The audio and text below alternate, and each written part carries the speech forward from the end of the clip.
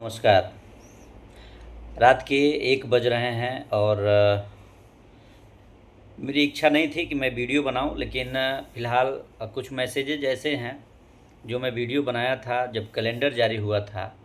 उस मार्मिक शब्द की वजह से मुझे ये वीडियो बनाना पड़ रहा है। और मैं एक शिक्षक और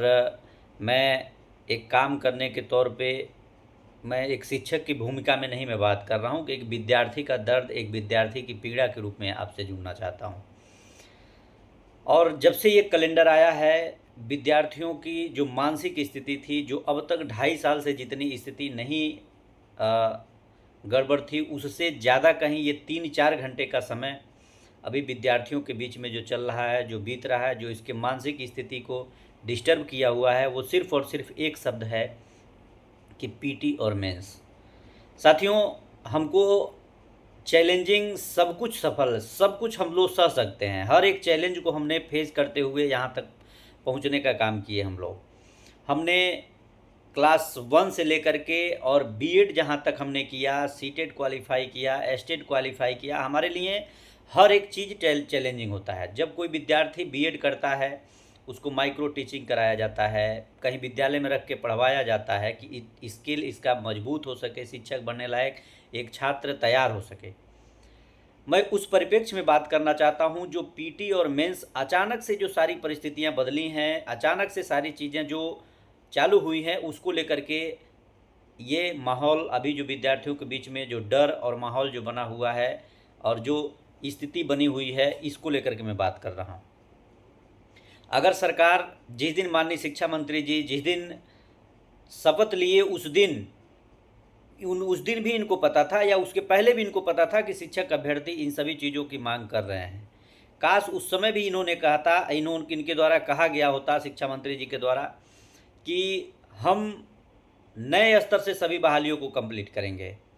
हम पीटी और मेंस के तहत इन वैकेंसी को पूरा करेंगे। हमको टीआरई 1, 2 और 3 में योग्य शिक्षक नहीं मिले या योग्य शिक्षक न मिलने की वजह से हमको ऐसी स्थिति लानी पड़ रही है। लेकिन उन्होंने एक बार नहीं कहा कि हमको क्या चीज़ सही है, क्या गलत है, कैसे करना है, कैसे नहीं करना है।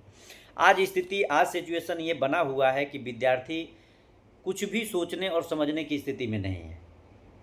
अब विद्यार्थियों के मन में बहुत ऐसे सारे प्रश्न चल रहे हैं कि पहले लिखा गया है प्रीलिम्स, आबलिक करके लिखा गया है एमसीक्यू बेस, और दूसरे में लिखा हुआ है मेंस और आबलिक करके लिखा गया है रिटेन एग्ज़ाम। अब एक चीज़ मैं आपको और स्पष्ट कर देना चाहता हूं, चूँकि ऐसी स्थिति बनी हुई है तो मैं आपको बताना चाहता हूं कि 100% आपको ये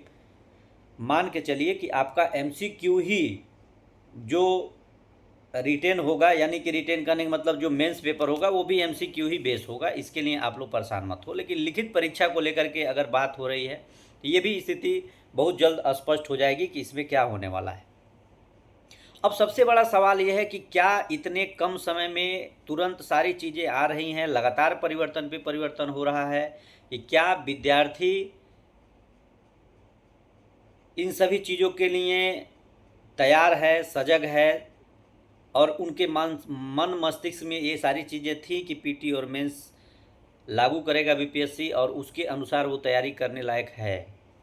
क्योंकि अभी तक एक मन में धारणा जो बनी हुई थी कि हमको एक परीक्षा देनी है, जैसे एसटीटी क्वालिफाई किया उसके बाद अभी तक जैसे होते आया है,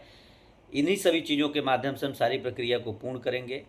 और अभी की स्थिति ये हुई है कि विद्यार्थी शिक्षा मंत्री जी के इस्तीफे तक की मांग करने लगा, और कहीं से भी ये पीटी और मेंस लागू न हो, इसके वजह से अभ्यर्थी अब एकजुटता और एक साथ आकर के और इसका पूर्णतः पुरजोर तरीके से विरोध कर रहा है।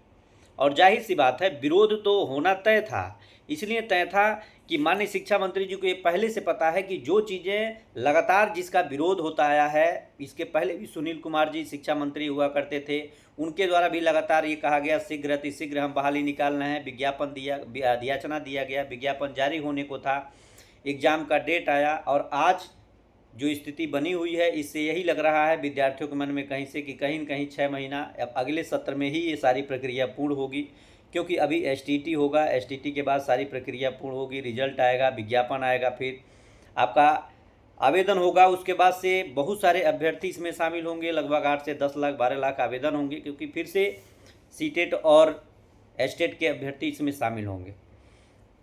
तो कहीं न कहीं बहुत ऐसी स्थिति स्पष्ट नहीं हो पा रही है और विद्यार्थियों के मन में ये बहुत सारी उलझनें हैं और इससे लड़ने के लिए विद्यार्थी आगे आ रहा है, तैयार हो रहा है और शायद ये TRE 4 न जाने क्या करवाए।